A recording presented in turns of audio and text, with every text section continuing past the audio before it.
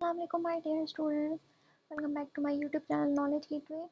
आज की इस वीडियो में हम करेंगे चैप्टर रिलेटिविटी के रिड्यूस लेबल्स के हिसाब के न्यूमेरिकल।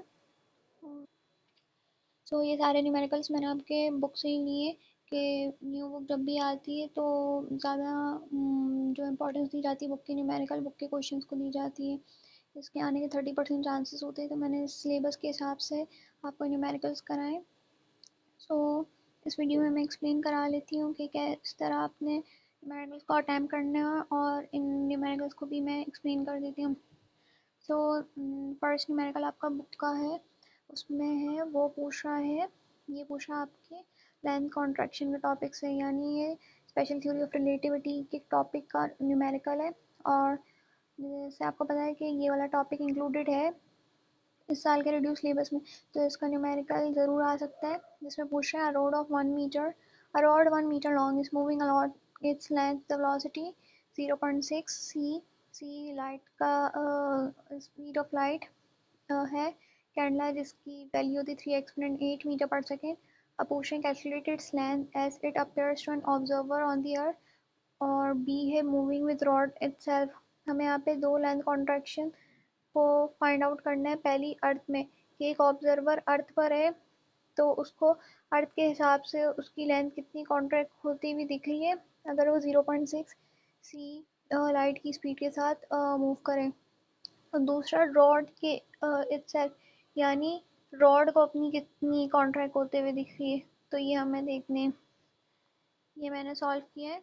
डेटा में आपने लिखनी है जो गिवन लेंथ होगी रेस्ट मास की, और ये लेंथ रॉड की अपनी ही है, तो लेंथ की अपनी रॉड या फिर वो उसके साथ मूव करे या उसकी रेस्ट मास की रेस्ट स्ट्रेट में जो रॉड की लेंथ होती है वो सेम ही रहती है।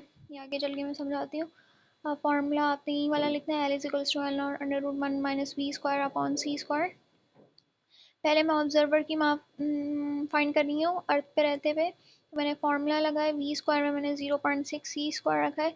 अब सी का जब स्क्वायर आएगा तो सी स्क्वायर होगा, और वो सी स्क्वायर नीचे वाले सी स्क्वायर के साथ दोनों कैंसिल हो जाएंगे, और 0.6 का स्क्वायर 0.36 होते हैं। अब दोनों कट जाएंगे तो ब्रैकेट में रह जाएगा 1 माइनस 0.3 से, जिसका गेन आंसर आएगा सब्ट्रैक्शन के बाद 0.64, और 0.64 का अंडर रूट होते 0.8। आप कैलकुलेटर में आराम से कर सकते हैं, और 1 को ऑब्वियसली किसी भी वैल्यू से मल्टीप्लाई कर लूँ वही आंसर आना है। तो 0.8 मीटर अर्थ पर में मूव होते हुए ऑब्जर्वर को लेंथ कॉन्ट्रैक्ट होती हुई दिख रही है। अब उस रॉड को खुद पे खुद के रॉड की अपनी ऑब्जर्वर क्या ऑब्जर्व कर रहा है, वो 1 मीटर ही करेगा, क्योंकि रॉड की अपने हिसाब से क्या नाम है लेंथ ऑब्जर्व करना है, या फिर उसकी रेस्ट लेंथ हमेशा इक्वल ही होती है दोनों की। अगर कुछ और पूछ ले एग्जाम में तो इसी तरह आप 1 मीटर ही लिखेंगे जो आपको डेटा में गिवन थी, तो ये इसका करेक्ट आंसर है। Second numerical है, how fast would a rocket have to go relative to an observer for its length to be contracted to 99% of its length at rest। 99% length at rest में again the हुई है के हिसाब से length कितनी contract होगी। इसने बताया कि लेंथ कॉन्ट्रैक्ट हो रही है 99% of its length at rest.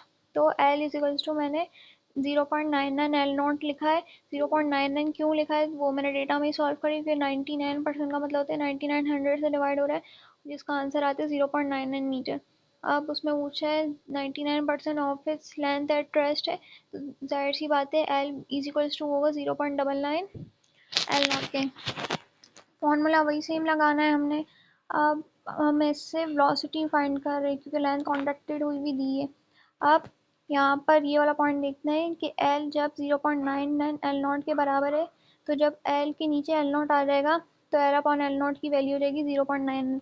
इसी तरह मैंने यहाँ सेकंड स्टेप में फार्मूले में चेंज लाया है, L नॉट को L के नीचे ला दिया, बाकी अंडर रूट वाली चीज़ें उसी साइड पर है। 0.99 फिर मैंने एल अपॉन एल नॉट की जगह लिख दिया। अब दोनों साइड पे मैंने स्क्वायर ले लिया, स्क्वायर से स्क्वायर रूट कैंसिल हो जाता है हमेशा, और 0.99 का स्क्वायर आता है 0.9801। अब 1 minus v square upon c square, v square upon c square एक जगह रह जाएगा, और 1 से जो हमने स्क्वायर वाली वैल्यू निकाली थी वो माइनस होकर 0.0199 सी स्क्वायर नेक्स्ट स्टेप में आएगा। अब इस स्टेप में हम लेंगे स्क्वायर रूट, सी के ऊपर और जो वी के ऊपर स्क्वायर है वो दोनों रूट से कैंसिल हो जाएंगे, लेकिन 0.0199 का अंडर रूट आएगा 0.14106, और सी की वैल्यू होती है 3 एक्सपोनेंट एट, लाइट की वैल्यू। तो अगर 3 एक्सपोनेंट एट से गिवन आंसर को मल्टीप्लाई करूंगी तो मेरे पास 4.23 एक्सपोनेंट 7 मीटर पर सेकेंड आएगा। रिजल्ट आपने हर न्यूमेरिकल का साथ लिखना है। ये देखना, न्यूमेरिकल नंबर 3 में पूछा particle with a proper life time of 1 micro second, ये यू यहाँ पर माइक्रो सेकेंड है, moves through a laboratory at 2.7 exponent 8 metre पर सेकेंड। ये वेलोसिटी दी हुई है, इसको हमने स्पीड ऑफ लाइट में कैंडला में चेंज करना है आगे। अच्छा, what is its life time? Life time यानी टाइम डायलेशन का पूछ रहा है, as measured by observer in the laboratory. और बी में पूछा what will be the distance transfer by it before disintegrating, disintegrate होने से पहले का डिस्टेंस पूछ रहे हैं। अच्छा, यहाँ मैंने सॉल्व किए। टी जो टाइम हमें दिया हुआ था रेस्ट टाइम 1 माइक्रो सेकेंड था, तो माइक्रो के बजाय हमेशा एक्सपोनेंट माइनस का 6 आ जाते हैं, तो ये वैल्यू चेंज हो जाएगी 1 exponent minus 6। Velocity of light 2.7 exponent 8 थी, उसको मैंने 0.9 सी में चेंज कर दी, क्योंकि एक्सपोनेंट 8 होता है हमारे पास। अगर आप 0.9 को 3 एक्सपोनेंट 8 से मल्टीप्लाई करेंगे तो आपके पास 2.7 एक्सपोनेंट 8 ही आंसर आएगा। अच्छा, अब डेल्टा टी और डी फाइंड करना है। टाइम डायलेशन का मैंने फॉर्मूला लिखा है, और एक डिस्टेंस का जो फर्स्ट ईयर में आपने काइनेमेटिक्स की मोशन में पढ़ा होगा, जो सिंपल फॉर्मूला है D equals to v multiply by T, या फिर S equals to v T. अब सबसे पहले टाइम डायलेशन का डेल्टा टी फाइंड करना है। अब मैं ब्रैकेट्स में ये सारी वैल्यू लिखूंगी, ऊपर 1 एक्सपोनेंट माइनस का 6 ही आएगा, नीचे 0.9 का स्क्वायर हो जाएगा, और जो सी पे जो स्क्वायर लगता है वो नीचे वाली सी से कैंसिल हो जाता है लास्ट वाली न्यूमेरिकल की तरह। अंडर रूट में जो इतने भी नंबर्स हैं उनका आंसर 0.19 आएगा, और अंडर रूट करने के बाद 0.435 आएगा। अब 1 एक्सपोनेंट माइनस 6 से जब मैं नीचे की वैल्यू डिवाइड करूंगी तो मेरे पास आंसर आएगा 2.29 एक्सपोनेंट माइनस का 6, और टाइम का यूनिट सेकंड होता है तो सेकंड में इसका यूनिट लगा दूंगी। डी का सिंपल फॉर्मूला है वी मल्टीप्लाई बाई टी। इस बार 0.9 सी से हमने मल्टीप्लाई नहीं करना, बल्कि जो आंसर में ओरिजिनल वैल्यू दी थी वेलोसिटी की उससे करना है। उससे करने के बाद मेरा आंसर आएगा 619.42, इसको राउंड ऑफ करके 620 मीटर भी कर सकते हैं। ये रिजल्ट भी साथ में देख सकते हैं आप लोग। आप बारी है क्वेश्चन नंबर न्यूमेरिकल नंबर 4 की, जिसमें पूछा है what speed is a particle moving the mass is equals to 3 times at its या ऑफ इट्स रेस्ट मास। अच्छा, ये न्यूमेरिकल है। वेलोसिटी बतानी है, आपने लाइट की स्पीड बतानी है, सॉरी पार्टिकल की स्पीड बतानी है जब उसका मास 3 टाइम्स उसके रेस्ट मास के इक्वल होगा। पहले मैंने ये यहाँ पे फॉर्मूला लिखा है मास वेरिएशन का। अब मास के ऊपर का जो एम नॉट, मैं मास के रियल मास के नीचे ले आऊँगी एम अपॉन एम नॉट, तो ऊपर 1 रह जाएगा। अब एम अपॉन एम नॉट, यहाँ पे वही कहानी हुई है, जब M is equals to 3 M not है, तो एम अपॉन एम के नीचे में ये वाला एम नॉट ले आऊँगी, तो डेटा में 3 था वो रह जाएगा, इसलिए एम अपॉन एम नॉट की साइड पर मैंने लिख लिया 3। अब 1 माइनस वी 3 हो गया, 3 नीचे आ जाएगा, दूसरा इज इक्वल्स टू की दूसरी साइड पर आ जाएगा, और under root 1 minus v square upon c square दूसरी साइड पर आ जाएगा। दोनों की स्क्वायरिंग करेंगे, बार बार स्क्वायर आप की ये लाइन लिखने की जरूरत नहीं हुई, एग्जाम में टाइम नहीं होता है, पहले मैंने समझाने के लिए लिखा था। अच्छा, उसका तो रूट कैंसिल हो जाएगा, लेकिन 1 का स्क्वायर 1 ही होता है, और 3 का 9 आ जाएगा। V square upon c square अपनी जगह पे रहेगा, 1 माइनस 1 अपॉन 9 होगा, तो फिर हमारे पास 8 अपॉन 9 आंसर आएगा। अब मैं इसका रूट निकालूंगी, 8 का रूट कैलकुलेटर में निकालेंगे तो 2 अंडर रूट 2 आएगा ऊपर, और 9 का रूट तो 3 होता है, ये याद होता है बहुत से लोगों को, और सी का स्क्वायर अगेन रूट के अंदर रह जाएगा सी, तो यही इसका आंसर आएगा। इसकी न्यूमेरिकल वैल्यू में अगर एग्जाम में पूछें तो आप इसको कैलकुलेटर में सॉल्व कर सकते हैं। सी की वैल्यू 3 एक्सपोनेंट 8 और ये सारी आप इक्वेशन सॉल्व करके कर सकते हैं, लेकिन यहाँ तक आपकी बुक में भी है तो इतना इनफ होगा, और साथ में आप लोग ये रिजल्ट लिख लें। आई होप आप लोगों ने कॉपी कर लिया होगा। अब न्यूमेरिकल नंबर 5 है, जिसमें पूछ रहे 4 kg of substance is fully converted into energy, how much energy is produce, कितनी एनर्जी प्रोड्यूस हो रही है। डेटा में मैंने पहले एम लिखा है, शायद ये नज़र नहीं है आप लोगों को सही से। एम 4 kg है, लाइट की स्पीड याद करने की ये 3 एक्सपोनेंट 8 मीटर पर सेकेंड है। फॉर्मूला ये है is equals to M C square mass energy relationship का। ये 3 एक्सपोनेंट 8 का मैं स्क्वायर ले लूँगी और उसको आंसर को मैं सिंपली 4 से मल्टीप्लाई कर लूँगी, ये मेरा जूल्स में आंसर आ जाएगा और ये इसका रिजल्ट है। न्यूमेरिकल 5 इजी से था, न्यूमेरिकल 6 भी इस तरह का, बस इसमें कन्वर्शन है थोड़ी। अच्छा, calculate the rest mass energy of an electron in joules and in electron volt. Electron का आपको इस न्यूमेरिकल को देख के लग रहा है कि आपको मास भी याद रखना है, प्रोटॉन का भी आप लोग याद रखें। प्रोटॉन का मैं नेक्स्ट वीडियो में बता दूँ क्या मास था। अच्छा, इलेक्ट्रॉन का मास होता है 9.1 एक्सपोनेंट माइनस 31 केजी और स्पीड ऑफ लाइट ये याद रखने की है। चलो मैं यहाँ पे साइड पे लिख लेती हूँ इलेक्ट्रॉन प्रोटॉन का मास। वेट,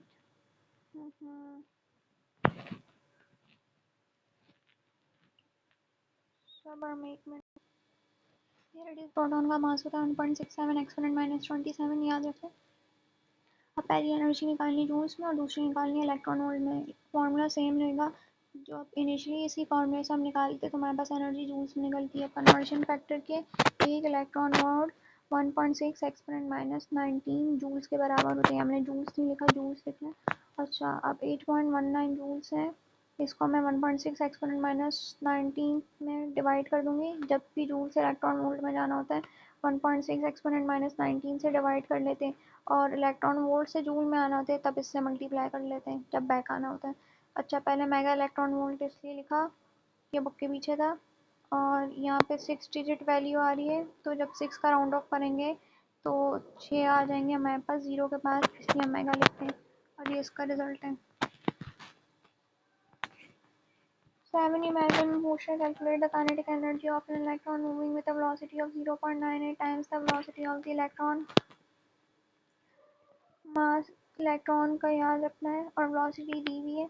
अब ये वाला थोड़ा सा टफ न्यूमेरिकल है, इसका ये फॉर्मूला है, और y के लिए जो एप्लीकेशन फैक्टर है लॉरेंस फैक्टर का, उसका ये फार्मूला है। अच्छा, v नीचे का जो नीचे की जो फार्मूला का पार्ट था उसमें रहेगा, फिर 0.98 का स्क्वायर निकालेंगे और सी स्क्वायर से सी स्क्वायर कैंसिल हो जाएगा, 1 माइनस 0.9604 करेंगे 0.0396 आएगा, जिसका अंडर रूट आता है 0.198, और इसको 1 से डिवाइड करेंगे तो ये फैक्टर की वैल्यू आएगी 5.025, जिसको काइनेटिक एनर्जी के फॉर्मूले में डालेंगे उसको 1 से माइनस करके 4.025 आएगा।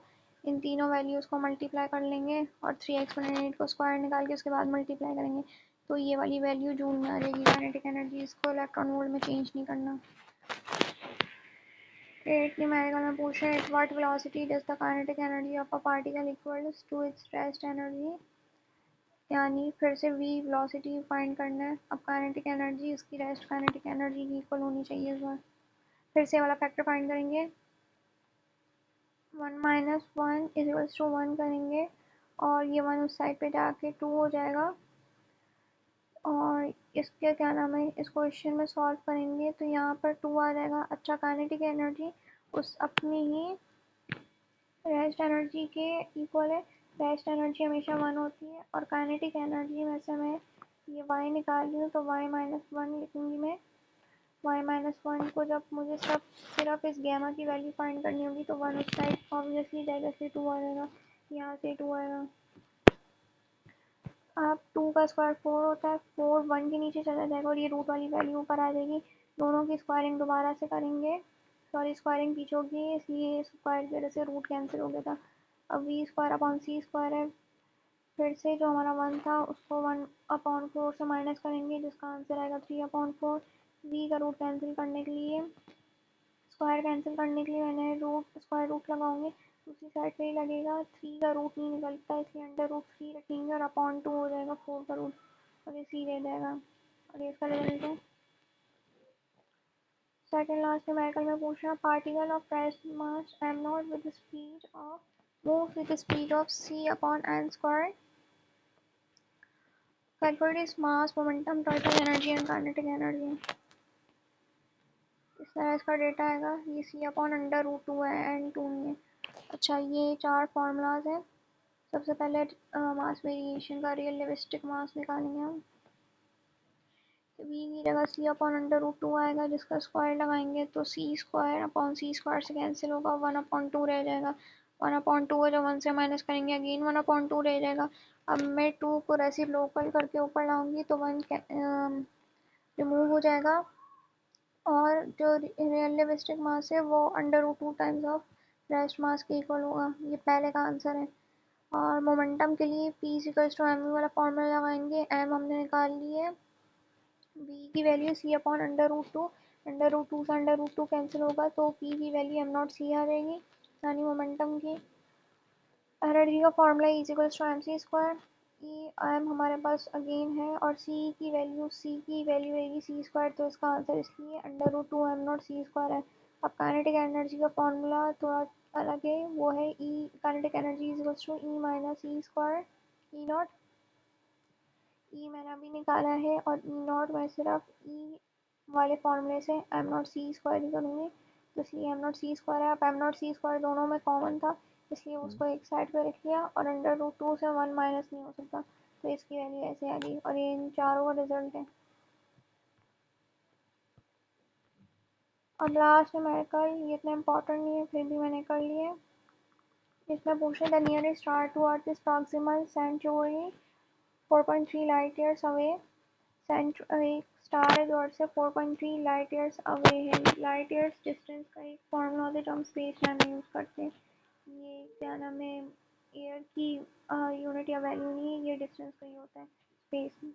A spaceship with a constant speed of 0.800 c relative to the Earth travels toward the star। एक स्पेसशिप इस स्पीड से अर्थ की तरफ ट्रैवल कर रहा है।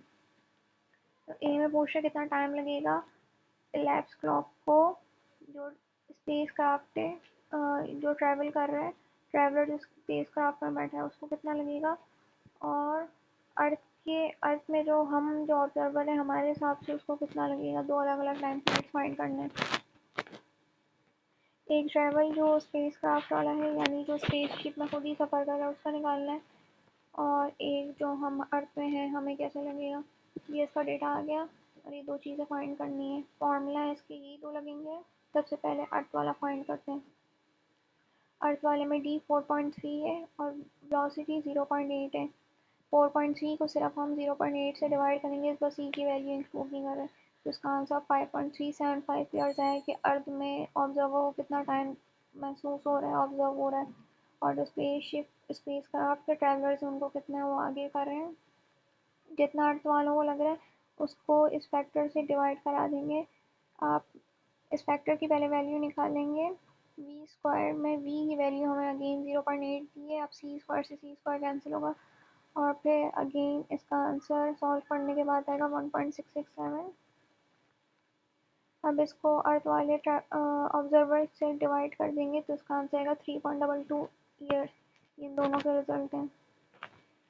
तो लास्ट न्यूमेरिकल था। आई होप आप लोगों को न्यूमेरिकल समझ आ गए होंगे और आप लोग इसके स्क्रीनशॉट्स भी ले सकते हैं। एक बार दोबारा दिखा लो।